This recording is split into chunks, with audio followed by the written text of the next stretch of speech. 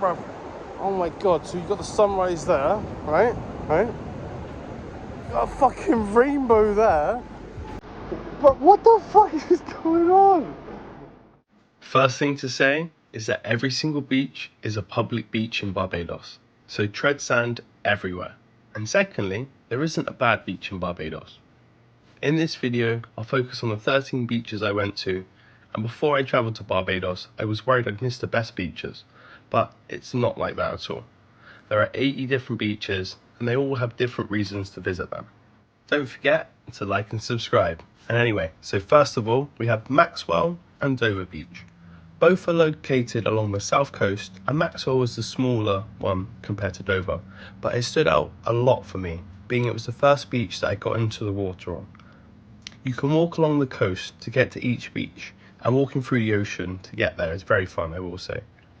It's located on the south of the island, and is absolutely full of hotels and very touristy, so chances are you may be near these beaches if that's where you are staying. It's nice and calm waters, so for inexperienced sea swimmers or even surfers, this would be the best place to go.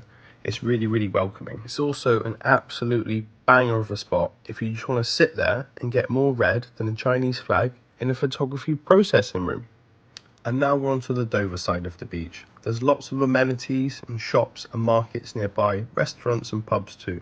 So if that's your thing, if you want to just hang out, get a beer, go to the beach, go and get another beer, go back to the beach, this might be the absolute ideal spot. And check out what it looks like on the evening. Absolutely phenomenal. You have the moon and the sun in the sky at the same time. It was absolutely breathtaking. I visited Barbados in September, so all the shots will be from the September time, and it was about 30 degrees. I just thought it's worth making a note. If you want it to be really hot, go in September.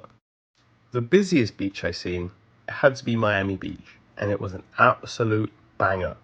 Located on the south coast and is very close to the Oistins area.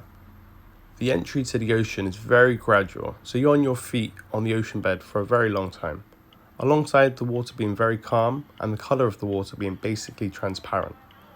I think it's the beach people have in their minds whenever they think of this really picturesque white sand clear sea Caribbean beach. The left hand side has more tourists and the right hand side has more locals, but again, it's all public, so go wherever you like. I remember my dad saying he could see Miami Beach when we're flying in, and I can imagine it being the best kind of landmark to see before you land. You know it's coming, you know the pristine beaches are on its way when you see this on your way to landing. The next beach up is Paradise Beach, and this is found along the west coast. This is a very well-named beach, and it's absolutely huge. A really long beach with plenty of trees around it.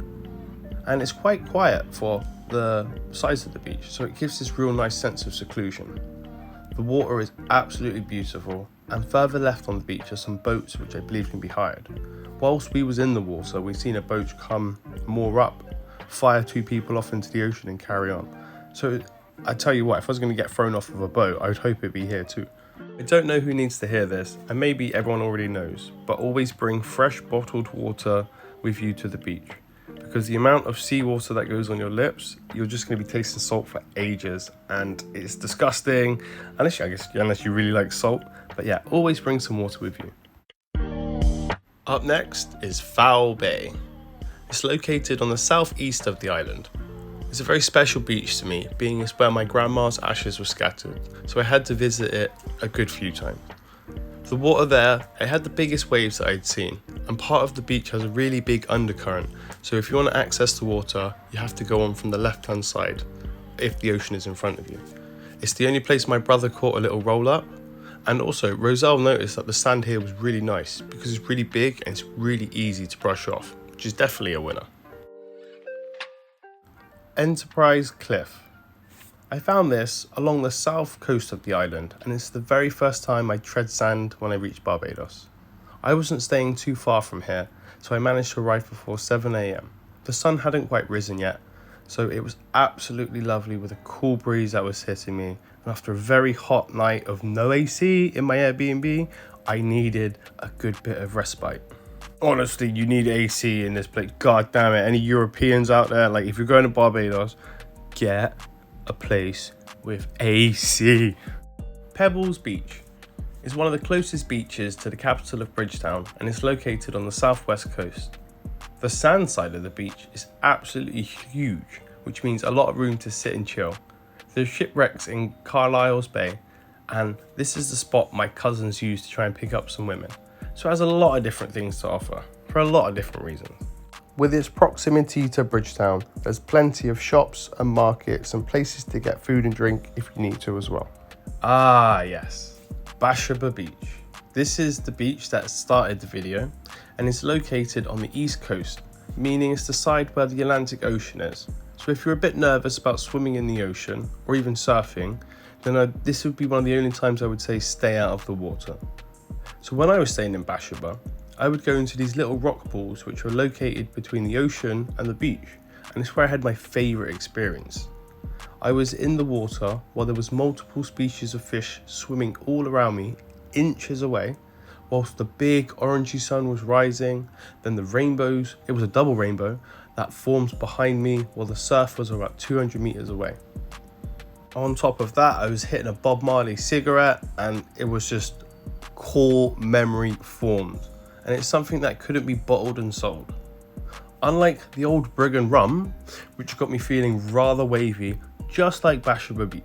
It's also worth noting that the amenities in the area and the restaurants, they close between Sunday night and Tuesday. And of course, they were the nights I was staying there. So if you are planning on staying around the Bashaba area, bring your resources, get all your shopping in, it's the best way. Because it's just a very quiet part of the island. But then it has a lot of benefits from it being a quiet part of the island. I mean, just honestly though, I was so happy. You have to visit Bashaba, you know? Look at that face. Look, Bashaba smile, that is. Now we're going back along to the west coast and to Bats Rock Beach. And I found it to be one of my favourite secluded beaches. Now there were people there, but the fact that you have to walk quite far down from the road and it's surrounded by so many trees and bushes, it gives it such a nice natural feel to it. The water is lovely and there's a flag system there, so if you see red flags, be very wary and be very cautious of getting in the water. Now the next beach I'm going to show is I didn't actually stop there, but I was riding past there and it looks so beautiful, and this is Welch's Beach, so it's definitely one for my first stop next time I think. Speightstown. A brief look at this little beach, and it's located on the west coast of the island and it's quite high up on the west coast too. Speightstown is a nice little spot to visit for the afternoon and has quite a lot of shops in the area. Fitz Village Beach is along the west coast of the island, and while I didn't get into the ocean here, it had such spectacular views. I would pass it quite a lot, being it was near one of my Airbnbs, and I found quite often the smaller beaches with less amenities were to be the prettiest, but I do think that's a bit of a personal preference. But there was just something absolutely breathtaking about this beach. Maybe it was the minimalism, or maybe there was the way the sun was hitting the ocean, but it's definitely a spot to mention and one to visit. This boat looked really nice too. Woods Beach. It's near Speightstown and further north along the west coast than the previously mentioned Speightstown entry. There is a bakery really nearby here, and it's really nice as well, so it's worth getting a bite to eat and having some brunch on this beach. Small and subtle, but absolutely next to perfection. Here is Roselle for scale. Now I know she's not the tallest, but it really does show the vast expanding beauty that is Barbados beaches, and her too. Prospect Beach is the one I frequented the most. My longest Airbnb stay was 4 days, and this was the closest beach, so it would be my location for the daily sea bath. It's another beach that's best to enter the water on the left hand side, because on the right hand side it's a little bit more choppy. They were my 13 beaches I filmed and recorded, and I wanted to do all 80, but reasons to go back to Barbados. The beaches there are so beautiful and so picturesque. I think it's a yearly journey for me, on top of seeing all my family of course, but there was absolute standout natural beauty like I've never seen before in my life. Currently working on my longer form video to show the whole of Barbados and not just the beaches, and that should be coming out soon. I'm happily dropping this in the UK during the winter time when the skies are grey and horrible, so we got something nice and pretty to watch on YouTube. Anyway, thanks for watching guys, and I tell you what, have a good day mate.